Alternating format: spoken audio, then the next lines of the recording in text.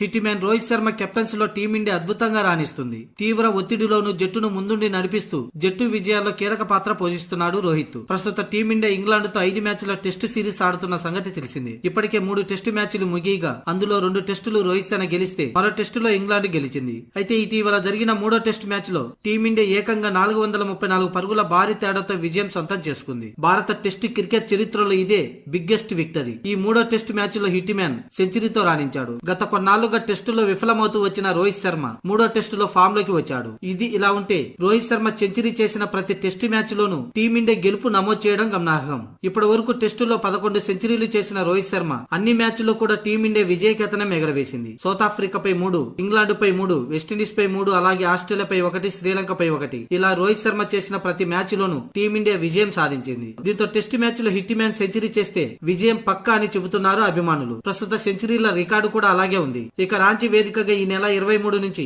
4వ టెస్టు ప్రారంభం కానుంది. 4వ టెస్టులో విజయం సాధిస్తే టీమిండియా సిరీస్ కైవసం చేసుకున్నట్టే. అయితే ప్రస్తుతం ఫామ్ లోకి వచ్చిన రోహిత్ శర్మ 4వ టెస్టులో కూడా సెంచరీ చేస్తే ఇంగ్లాండ్ ఇక సిరీస్ కోల్పోయినట్టే. దీనికి తోడు యశస్వి జైస్వాల్ సూపర్ ఫామ్ లో ఉన్నాడు. దీంతో 4వ టెస్టులో ఇంగ్లాండ్ కు దబిడి దిబిడే.